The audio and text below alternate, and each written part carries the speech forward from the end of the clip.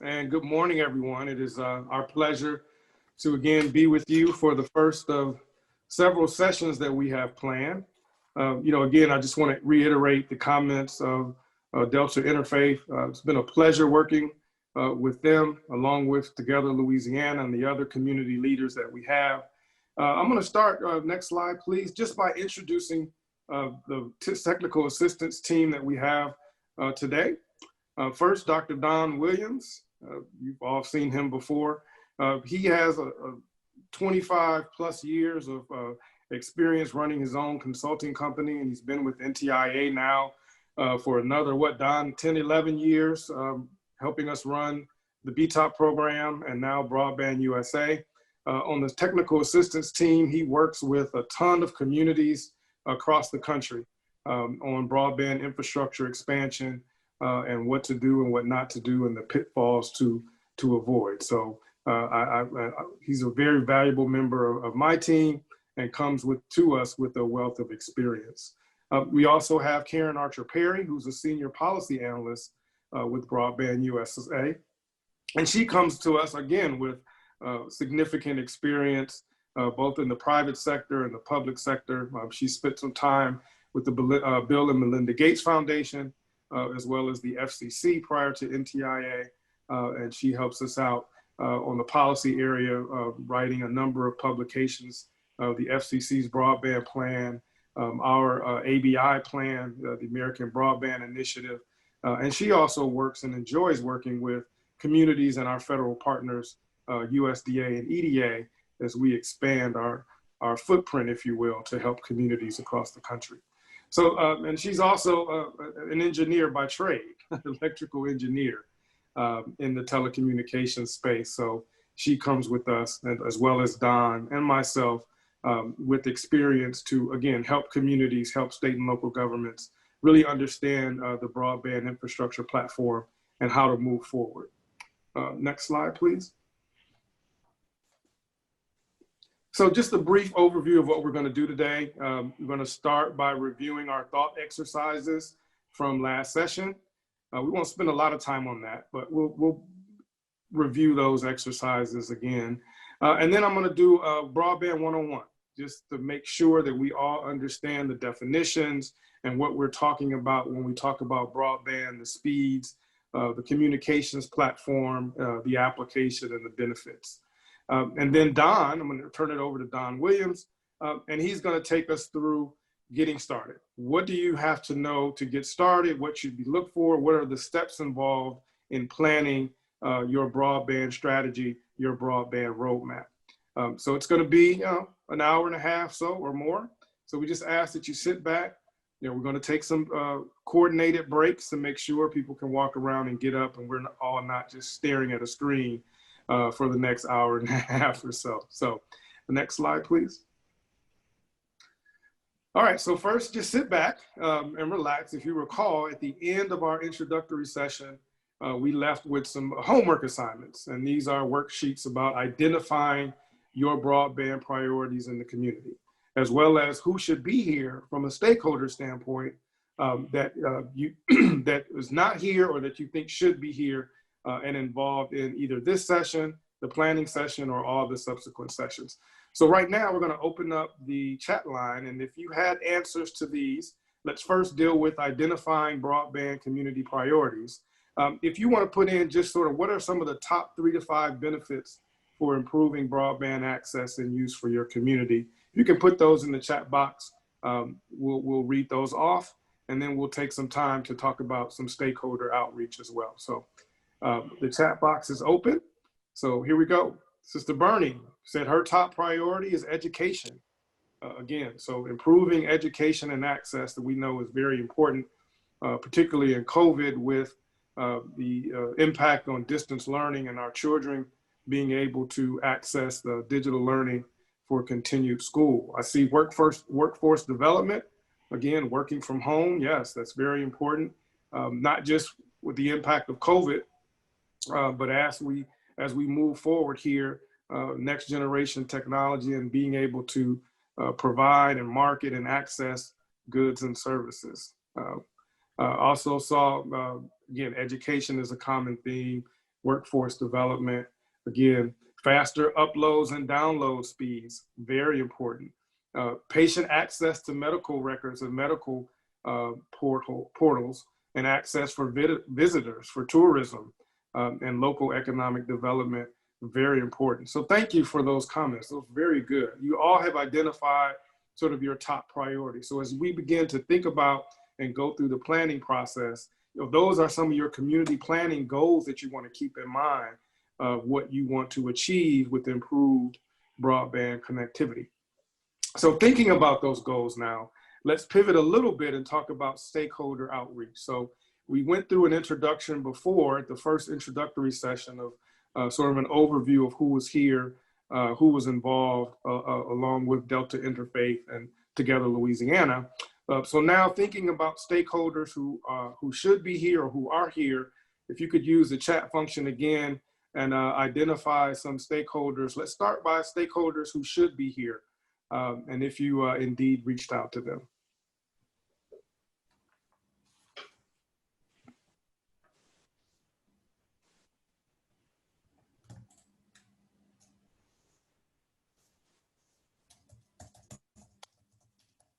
So this is not a call out. We're not calling out people.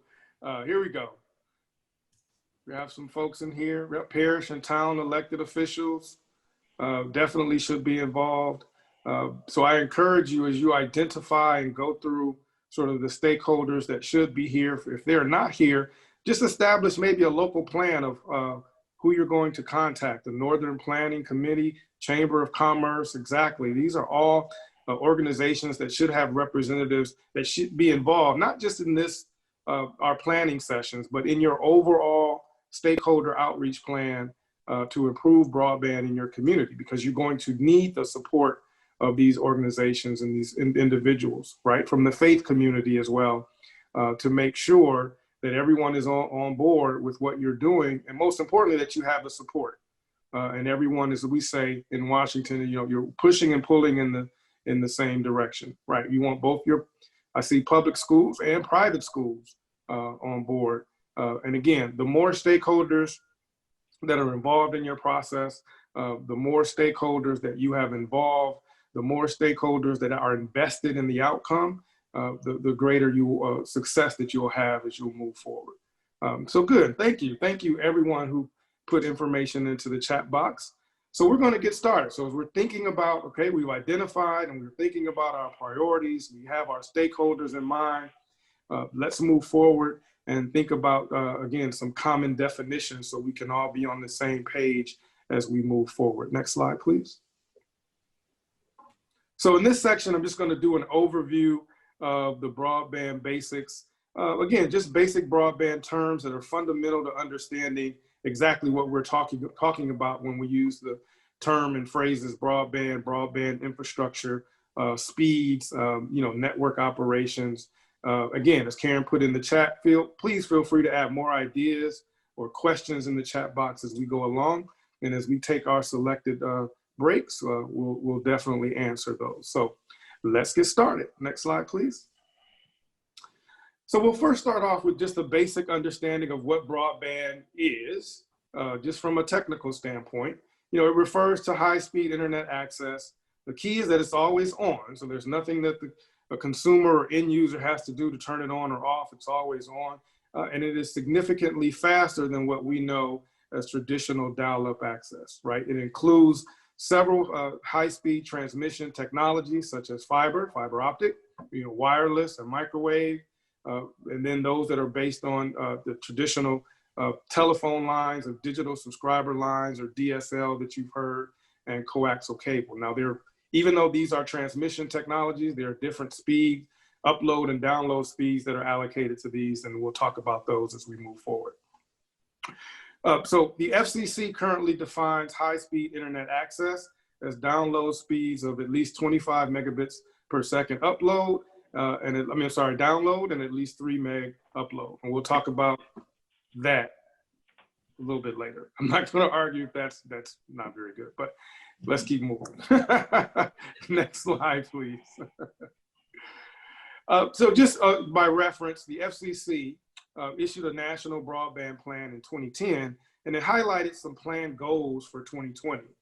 So since we are in 2020 right now, thought I'd just highlight to see where the FCC thought we should be. Goal number one was at least 100 million homes would have affordable access to download speeds of at least 100 meg download and 50 meg upload, right? Are we anywhere near that? I don't think so. Goal number four, every American should have affordable access to at least 1 gig broadband service to community anchor institutions, such as schools, hospitals, libraries, state and local government buildings. I think we may be a little closer to that in some areas than others. Next slide, please. So again, the Broadband USA Technical Assistance Team, we deal with communities all the time. That is the lifeblood of what we do. And the question that we always deal with is why does broadband matter? I like to turn this around as a declarative statement and say why broadband matters, period. Because we know with the impact of COVID this year, broadband is very important. As now we're all confined more to home and into our homes and businesses, and we're really not able to get out like we were prior to 2020. But again, even before COVID, we understood that broadband was the link that tied our communities together and then tied these communities to the world, not just nation, but the world in our ever expanding global economy. So we know it doesn't matter if your community is urban center or a remote plain or rural farm. High-speed access is an important tool that will help your community members, your businesses, and your institutions thrive. So next slide, please. So again, you saw on the first slide, it was education, telemedicine's impacted. We know from local businesses, as was put in the chat room, that's very important with the Chamber of Commerce and local businesses and workforce development and making sure that our businesses have access that they need to market their goods and services and upload reports and attract tourists and all of that. We know that. But there's also impacts on public safety, on the provision of government services, and just in the community as a whole. We'll highlight that. One of the examples that I've always used and that we talk about when we're out in the community, particularly talking with local realtors, is it's really hard to sell or buy a home that doesn't have broadband connectivity.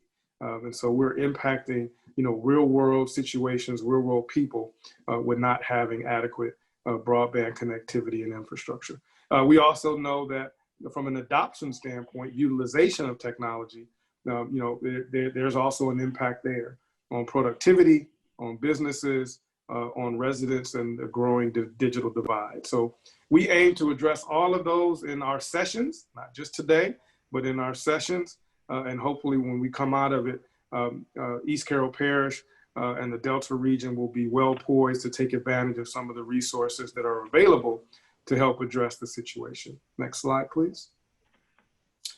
So let's get into some common used terms with respect to broadband. So the speeds are important, when sending information and receiving information. So when you send information, it's upload, and receiving information, that's downloads. Upload commonly refers to the speed at which your system transmits data to a remote server or computer, whether that be an end user business or some type of service. And then all of us are familiar with download speeds. That's what, from an end user perspective, the speed in which we receive information or data from a system. So if we're downloading a movie or something from Netflix, all that requires download. But if you're a business or farm, you have to upload a lot of requirements. In the healthcare industry, you have to upload a lot of information regarding health records. And so these download and upload speeds are very important. Next slide, please. So again, there are other key terms that are typically referenced when discussing broadband networks. Again, we talked about overall speed, bandwidth. You hear a lot of people talking about bandwidth, and that's the capacity or maximum amount of data that can pass through a network connection at any given time. So obviously the larger the bandwidth, the more information, the more data that can pass through. Don always uses a good analogy for this regarding bandwidth is the amount of lanes on the highway, right? So Bandwidth is that large highway system that allows a maximum number of cars to transverse through. That's what bandwidth is. Latency, that's really more of a technical term, but that's really the delay between when the end user clicks a website or clicks something for the delivery of data and the actual delivery of that data from the target site. So different transmission technologies have different latency requirements. Satellite, for example, the reason why satellite is not a ubiquitous system is because it has very long latency times that you have to connect before you receive the data. And then also in the service area, we talk about a lot about reliability, the reliability of the service. And that is the consistency and predictability at which broadband service is provided. From an industry perspective, service providers generally have to adhere to 4.9 or 5.9 service. And that means the service must be up and operational for all end users, businesses, and customers at a 99.9999% rate. So that's pretty high for our internet service providers and communications companies. Next slide, please. So from a community perspective, from the people that we're talking to today, right, the baseline broadband speed evaluation is very important. That's what speed do you receive? What speed do you need to be productive? What speed do you need to be able to access all of the benefits of broadband infrastructure and internet technology? We understand that that fast, reliable internet is vital for communities to fully participate in the American and global economy. And download speed requirements vary based on the activity that you're doing and number of users that you have on your system at any given time. We all know that in COVID, if you have multiple kids at home and they're on distance learning platforms, and those of you who are trying to, maybe work from home and dial into or access a system from your job, that's a lot of bandwidth requirements. And so the more the people that we have on these networks and our systems, it actually causes them to operate slower. But we know that when you're evaluating your baseline speed, it will help you communities evaluate if you have adequate technology for today's capabilities, and not just today's capabilities, in the future. We always talk about future-proofing networks. And so we encourage you as you think about and you plan for not only what you need today, but think about the future needs and future capabilities as well. And then finally, we understand that different broadband technologies have very different speeds and capabilities. And so we'll talk about and give you an overview of that.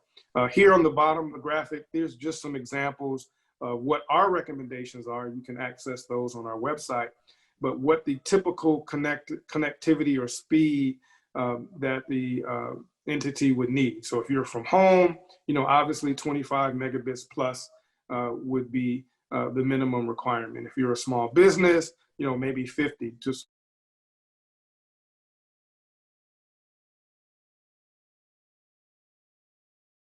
more bandwidth, anywhere from 100 meg to 1 gig plus. Hospitals are 1 gig plus, just with the amount of information and data that they have to deal with, as well as libraries, given the amount of data that they have for books and other reference materials. So next slide, please. So we're going to do a little speed test here. And this is what speed is right for your community. What broadband goals and speeds in terms of download and upload would you set for your community? Again, we talked through some of the community priorities. We talked through the stakeholders, but these goals should be set locally based on the stakeholder input and your community priorities. And don't feel like you have to set that right now. You revise those goals as you get more input from your stakeholders. So as you hear from your healthcare professionals and hospitals, they're going to be on the higher end of speeds that they need, as well as your tourism and commercial and businesses. They want more connectivity. And then from your homes and home businesses, they still want connectivity too, but it won't be at the level, of a hospital or a major economic provider in East Carroll Parish or the region. So we're going to do a quick speed simulator check. I'm going to ask Laura to click that link, and it's going to take us to our Broadband USA So this just gives you an example of how long it would take to complete a task given a certain connectivity. So if right now at the top is 1 meg, 10 meg, 50 meg, 100 meg, and 1 gig. So Laura, let's select something in the drop down box here. We start with the video chat. Yeah, so that's just video chatting, what we're doing now. Maybe you're doing with your phone. Hit start and see how fast that did roll. So you can see these are ongoing data requirements. So if you have a fast connectivity, you're sending that data and accessing that video chat, both data and visual and sound immediately. If you don't have it, that takes a little bit more time. And that's only requirements right now at 4 megabits per second. Laura, let's try something a little bit more on the dense side. Let's go to 8K video streaming, right? So that gigabit technology is really fast. 100 meg, I'm waiting a little bit. 50, might want to go to the refrigerator. Anything under 50, if you remember the days when we would access and it would spool and wait, and then we would walk away and come back and check the computer and it's still spooling and waiting, right? But think about this in terms of productivity, right? So if I'm a student and I need this level of connectivity to access digital learning, distance learning platform, I'm unable to participate because I'm wasting time waiting on the connection.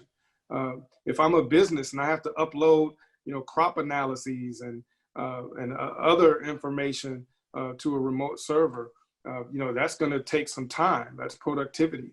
Again, so we encourage you to go to the Broadband USA website. You can test this speed simulator chart on your own. Karen's put some really good ideas in the chat. Talk about what speed do you need? What applications do you use? And so you can use this to just kind of estimate how long it takes. If you can see, we always laugh and joke.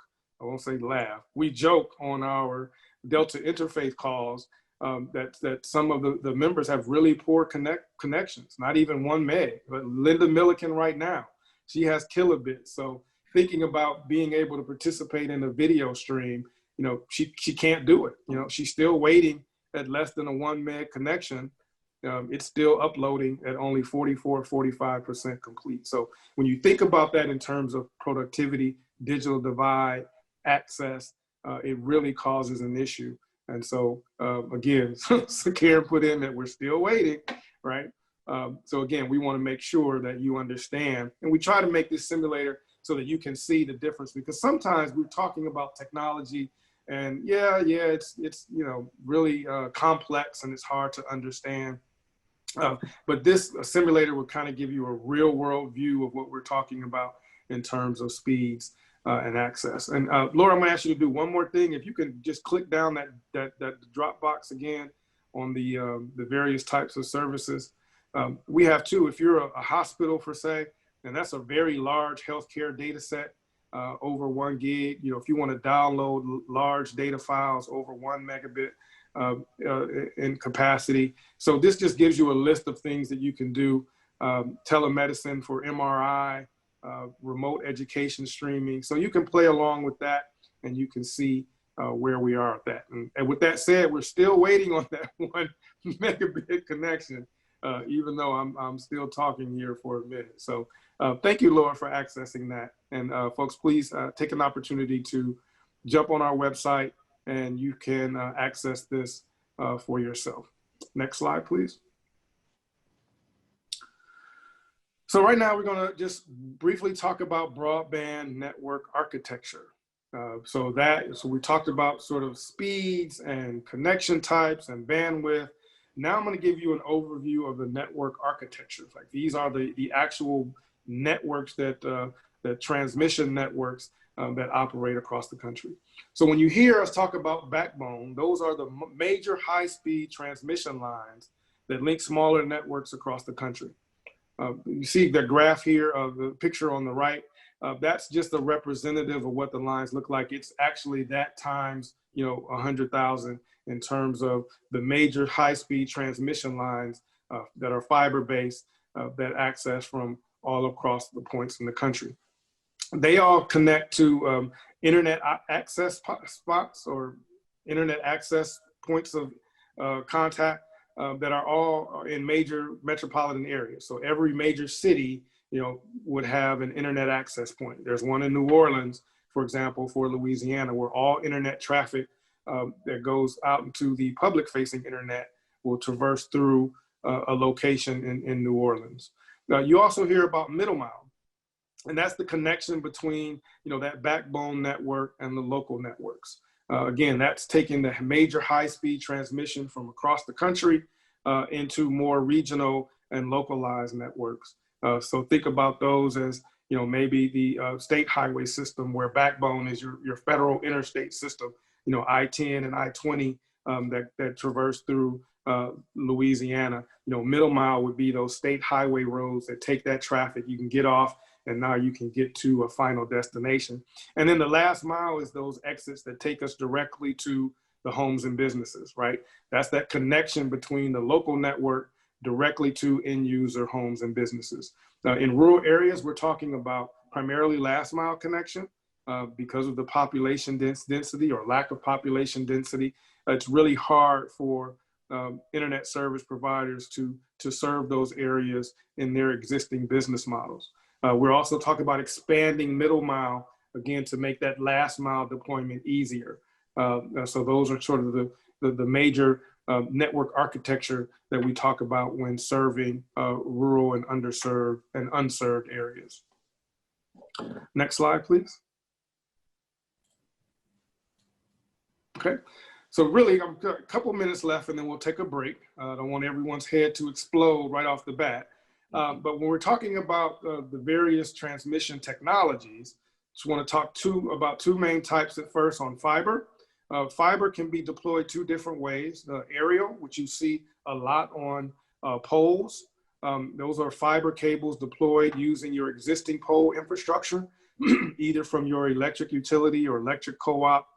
They're more exposed to elements, but the aerial build or the aerial deployment process is typically more cost effective, but maybe less suited for areas with extreme weather. Hurricanes and floods tend to knock down poles, tend to knock down trees, which then fall on poles and lines. But it is cost effective to deploy a fiber network using aerial builds. And then buried. It's also a process by which the fiber cables are buried directly underground or installed underground along the right of way. It's usually done in a process by pulling it through what we call conduit. So you put the conduit in, and then a team would then pull that fiber through as part of that construction process, typically in the right of way. It's more difficult to repair because you have to have a team to specifically go out and repair. They call them fiber splicers, but repairs are less frequent because that transmission is underground. Typically, as we all know, construction underground is more expensive, but it's better suited for areas with extreme extreme weather. Next slide, please. So let's talk about copper-based technologies, which are generally infrastructure deployed over our existing cable TV and telephone networks, right? These are primarily copper and coaxial based. So if you already have an existing coaxial cable system, that was originally installed for cable TV back in the 60s, 70s, and 80s. But then there was some technology that will allow for the provision of broadband over that coaxial cable. Again, it's the dominant technology for most residential broadband service, is that legacy system is already in place, but that service is not symmetrical with both fast download and slow and upload speed. So typically with the cable system, you may see a very fast download speed and a really slow upload speed. And then even along that slower continuum is the digital subscriber line, or DSL. A lot of rural areas that have traditional telephone copper service is based on DSL, right? That service is offered over our traditional copper-based telephone networks, but cannot even match the speed of other technologies, cable and fiber. And then over time, given the technology over time, that speed, or over distance, excuse me, that speed decays rapidly over distances. So you may be near, you know, a DSL facility location, but the further away you are from that facility, the worse your service is going to be. So next slide, please. And then finally, we're talking about wireless technologies. Wireless technologies deployed in a lot of rural areas. We use the directional equipment to provide service over, again, a wide area. And there are various types of wireless technologies.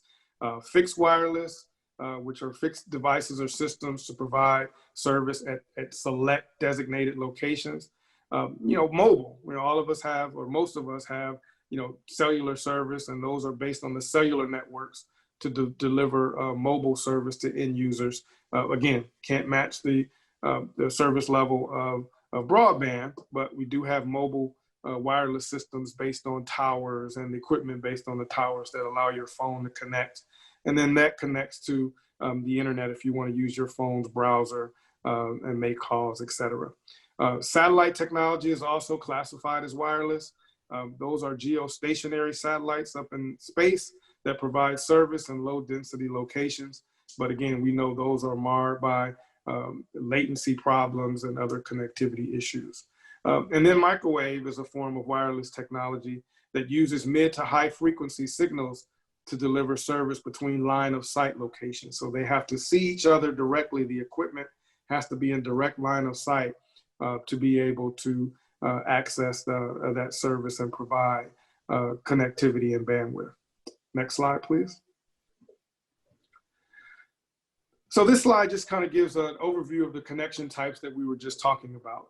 We find it very helpful to not only just talk about it, but try to find a picture or graph that helps with the technology. And some of these you've already seen. So up in the right-hand corner, you'll see the poles, and you'll see a typical aerial fiber deployment along with the electrical utility space up in the right-hand corner. Down here on the left-hand corner, top corner, you see a typical microwave deployment that's based on some type of tower or structure with equipment on it, and then that transmit either due to direct line of sight to the end user location. And then right next to it, we have an example of a coaxial cable deployment, which already exists. These are, again, connections directly to homes over our traditional cable systems. And then, as we talked about on our calls, you may have seen along some of the state highways or interstate, you know, those orange cones, orange and white cones sticking out of the ground that indicate maybe that there's some buried fiber somewhere around in the area. That's indicative of where the fiber is and the routes that that fiber transgresses. But then those also will be allowed to connect directly to homes and businesses. So that's just an overview. And many of you have seen, you know, before I started, you know, we would see these communications huts, these, you know, ugly brown buildings, you know, off the highway, and you wonder, you know, what is that? And you see them every so often. But if you ever go in those communication huts, you know, there's millions and millions of dollars worth of communication equipment in there that regulates the traffic, internet traffic, the signals and everything. So they may look ugly on the outside, but it's very expensive equipment on the inside.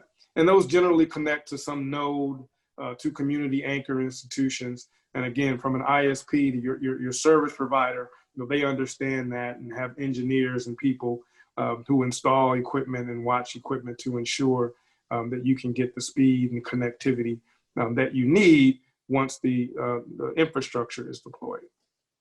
Next slide, please. Okay, so this is the last slide, and then we'll take a break. But the idea that we're trying to get everyone to buy into is the connected community, right? The connected utopia that no matter where you live, rural area, urban area, anywhere in between, farm, you know, broadband infrastructure and robust connectivity allow us to fully experience everything that we need or want to, and we're not limited by location. And so this picture, you know, just says if we were in a perfect connected community, no matter where we live, we'd be able to access all of the benefits of broadband infrastructure, you know, connectivity. So as you think about your plan, if you think about your businesses and your schools and your students, think of all of the benefits that increased connectivity could bring. And we just highlight some of those on the bottom. And I'm just going to highlight a few. When you're thinking about next generation, it's smart technology, smart farming, smart agriculture, for our electric co-ops to deploy smart grids, for our government to be engaged in civic engagement and allow for citizens to access services and information on behalf of their government. Cost savings if you're a business, resiliency and business continuity, especially in the age of COVID. And again, workforce development, data collection, you name it. The list goes on and on and on. So this is what we're hoping to build. This is what we want to work with East Carroll Parish to ensure that you are a part of it, and then that you, your homes, your businesses, your students, are prepared for the next generation American community. Next slide, please. So we're going to take a break right here just for a minute. I know